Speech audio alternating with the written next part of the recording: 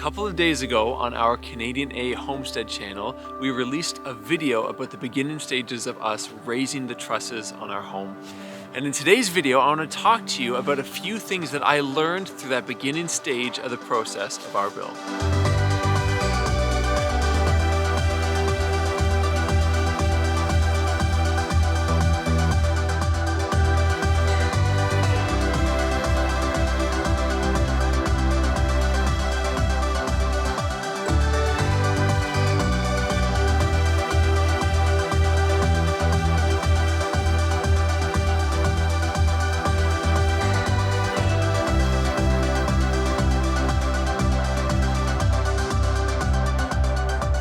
Okay, some ways that you could improve the build if you are also going to be doing a self-build on your own with no prior building experience.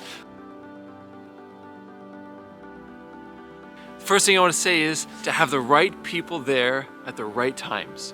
The first weekend of our build, we had everyone show up. We called around, got a bunch of friends to come, and we had everyone show up on that first day, and there was a lot of standing around.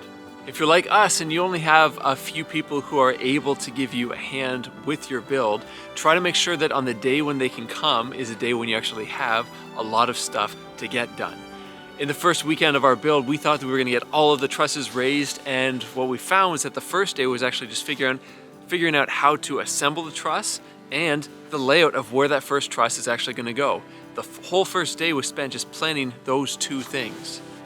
It's all of this getting started that takes time, and once you get it all started and rolling, then it goes easier. It's almost lunchtime. We don't have any trusses standing yet, but yeah, we'll just keep going. Don't lose hope. Don't lose hope, Rob. Come on. Don't lose hope. But look at that thing. Oh, there's a lot of work, but we got one up, and now we can go. As it turns out, different people have different skills.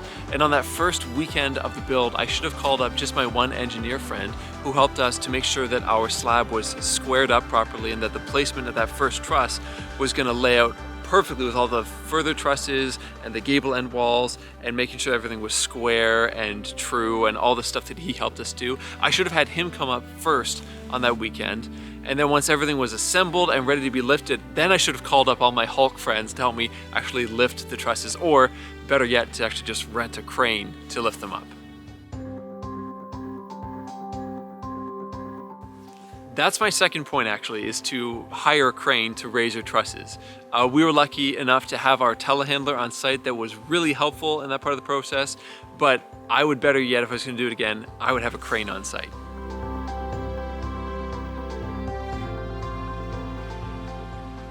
Okay, it's tough to know if I should say that today's not going according to plan, because I'm not entirely sure I knew what the plan was.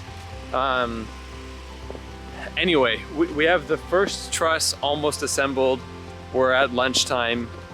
The biggest issue is that the screws used to fasten it they're like with the 220 mil.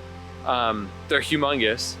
And I've already gone through 2 batteries trying to assemble one truss. And so I need a quarter drill. I don't have a quarter drill. So Katie's gonna go see if she can either find one to borrow or just go to the store to buy one.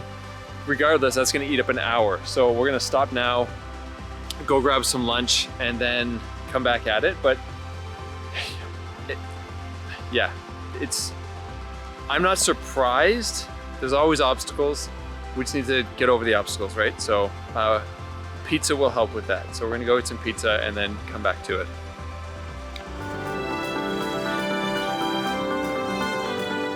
The thing that we learned was that there just simply isn't enough time in one weekend to assemble all of the trusses and get them all lifted up into place, especially on the concrete slab where we have to drill out the placements of where all of the anchors are gonna go into the concrete. And so I would have pre-assembled all of the trusses and then rented a crane to lift them all up into place. And if we did it that way, we probably could have got all of the trusses raised on a single weekend.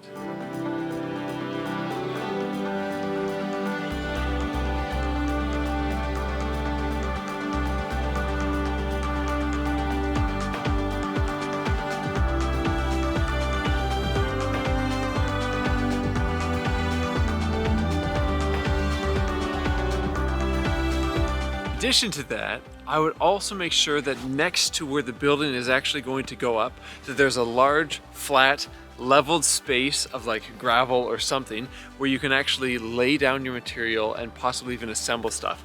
If I had it my way again, I would have assembled all the trusses off to the side of the building and then rented a crane to just lift them up onto the slab. That's what I would do in the future. Another one, if you can avoid framing in the snow, do it. Oh man, is it cold today. It's like, what is it now? It's 4 o'clock and about an hour and a half, maybe an hour ago, we were saying, hey, it's actually not that bad. You know, the sun was shining. We're up here on the sun's gone below the trees and it's inappropriate how cold it is right now.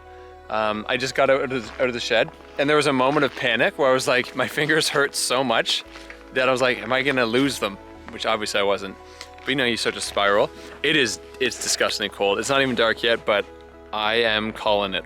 We are done for today because it sucked. I was installing the blocking up at the top here, and I had like no dexterity. Like I couldn't really feel my fingers, couldn't feel my toes. So I was like, if I do lose my balance, I won't even know if I'm grabbing onto something. So anyway, we're gonna call it. Tomorrow and the next day are supposed to be like around 0. I don't even know what it is today. I think the thermometer is saying it was like -14, but it feels colder than that, so. And lastly, don't overestimate what you can do alone in a single day. It was amazing to see how having just one other person there working with me more than tripled my productivity.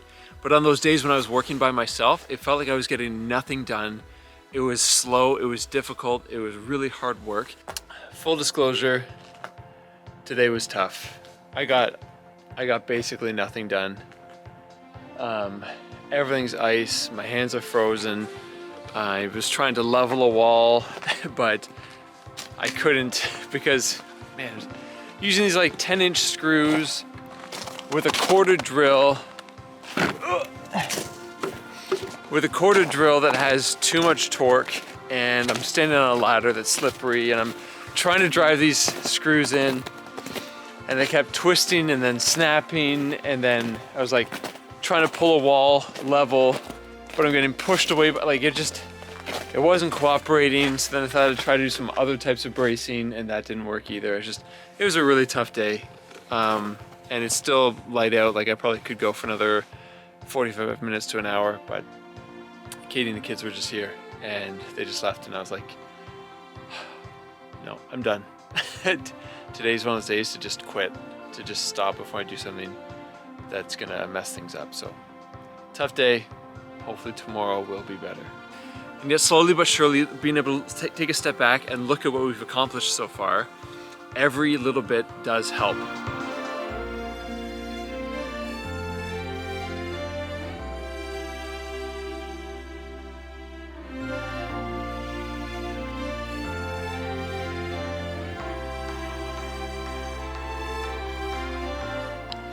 You guys, this is hard work, but I believe that it is going to be so worth it. So thank you for coming along for the ride.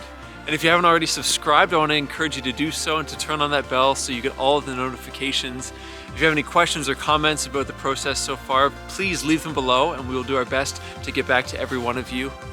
And from our family to yours, Happy New Year, thank you, and we'll see you next time on Our Avrame Home.